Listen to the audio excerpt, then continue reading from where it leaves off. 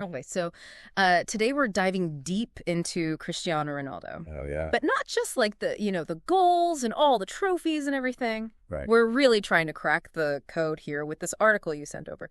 Decoding Cristiano Ronaldo. Yeah. What is it that made this guy, what's the recipe for a global icon like this?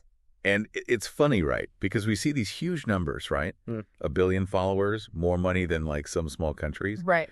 But the real story, it's always in the making, right? Yeah. It's the journey before the fame. Yeah. All those little factors, all those early ingredients that sort of molded that drive. Absolutely. And, it talks about growing up in Madeira, his family life. Right. And it wasn't exactly, luxurious. No. Reading about how much his family struggled, you can really see how much those early experiences really kind of shaped him. Absolutely, yeah. His mom working multiple jobs just to make ends meet. Right. His dad, battling some demons, trying to find solace where Wow. you can almost draw a straight line from those early hardships to Ronaldo's like relentless work ethic. Totally. It's like he looked at those struggles and thought, okay, this is fuel. Yeah. And his dad, too, despite like all of his own problems. Yeah.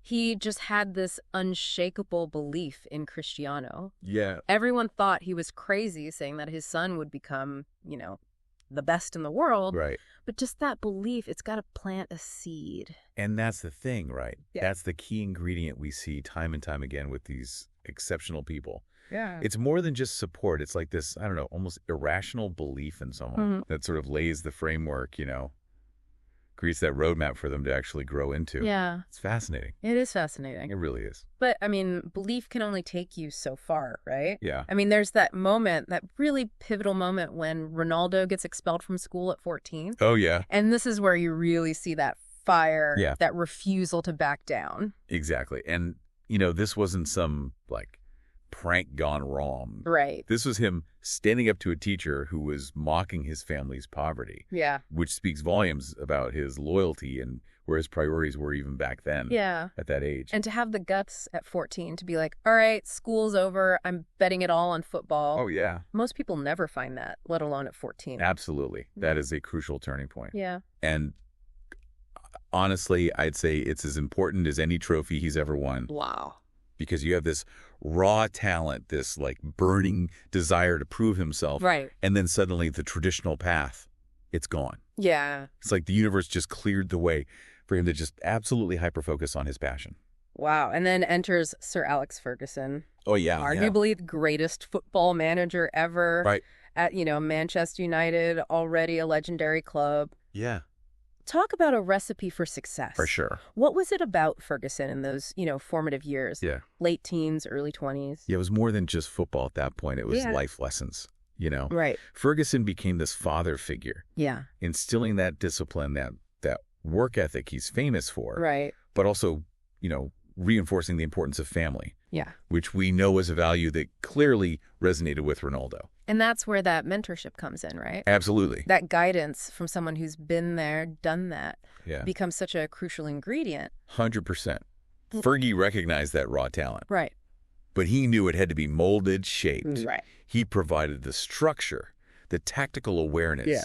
all while making sure that self-belief never went away. And it's that like really strong self-belief that comes through. In this next story, I think even people who just casually follow Ronaldo would probably remember this one. The Coca-Cola incident, right? Exactly. Yeah. You've got this global icon at a major tournament. At a huge tournament. And he just like swipes aside two of the biggest beverage brands on the planet like it's nothing. Not even swipes them aside. Right. He replaces them pointedly with water. Right.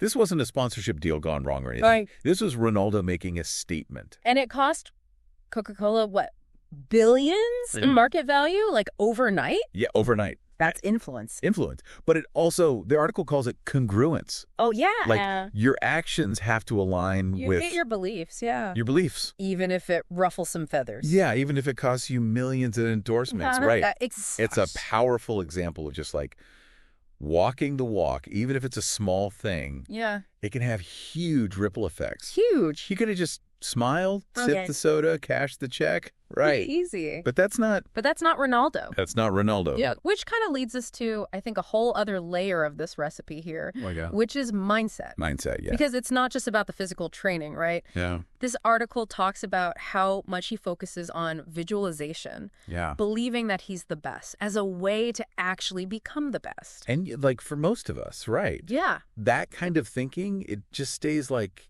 aspirational. Right. But with Ronaldo, it's like he's created this feedback loop where belief fuels the work. Right. Which fuels more belief. Right. And it just keeps going, you know? So it's like that, that old saying, whether you think you can or think you can't, you're right. Right, exactly. And he is living proof of the can side of that. 100%. But again, it's not just like mystical thinking. Yeah. The guy backs it up. Oh, he backs it up. With a work ethic that's, legendary.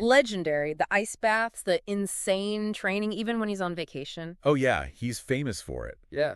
And, it's interesting because he's famously strict with his son, too. Oh, yeah. Yeah. Cristiano Jr., I think the article mentioned. Even their downtime is structured. Yeah, wow. Discipline, hard work. That's the tough love approach. Tough love, yeah. It makes you wonder if he's trying to recreate the conditions that shaped him, Yeah. And where's that line, right? Yeah. Between the setting high standards and maybe putting too much pressure on a kid.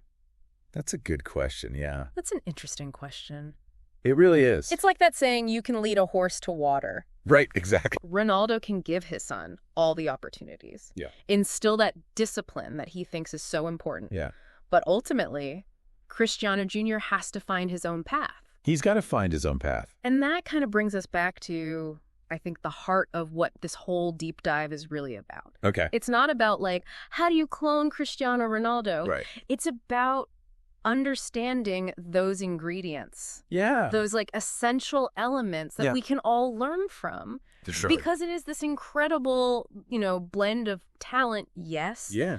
But also the adversity that kind of fueled him. That fueled him, yeah. The support that he had. The unwavering support. It's turning points that could have gone either way. It really is like baking a cake or something. Right. Talking about all the best ingredients, right? The best flour, the best sugar, whatever. Yeah. But if you don't get the proportions right or the oven temperatures wrong, it's not going to come out right. It's got to be a masterpiece, that's for sure. And I think what we're seeing with Ronaldo is he is like the master baker of his own potential. He really is. He didn't just like stumble into this. Right. He very meticulously got those ingredients together. Right. Honed his techniques. Yeah. And then, like, just kept pushing those boundaries. Yeah, it's inspiring, but it's also kind of intimidating. Like, okay, I'm probably not going to be, world's best at anything. Yeah. But it makes you think about, like, okay, what are my ingredients? Wow. What do I have going for me that maybe I'm not, like, fully utilizing here?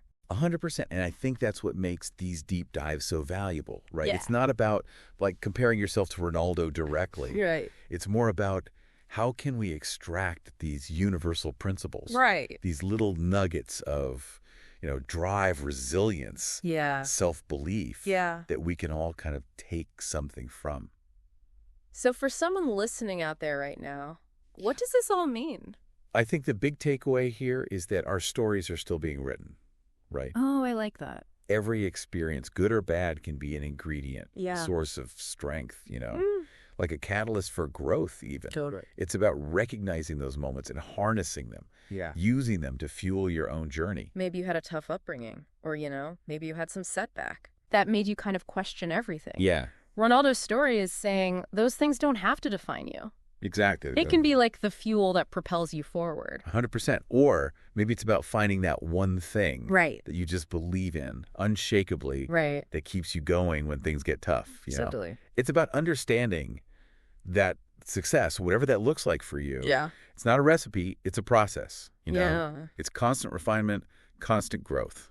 So as we kind of wrap up this deep dive here, I'm curious, what's resonating with you?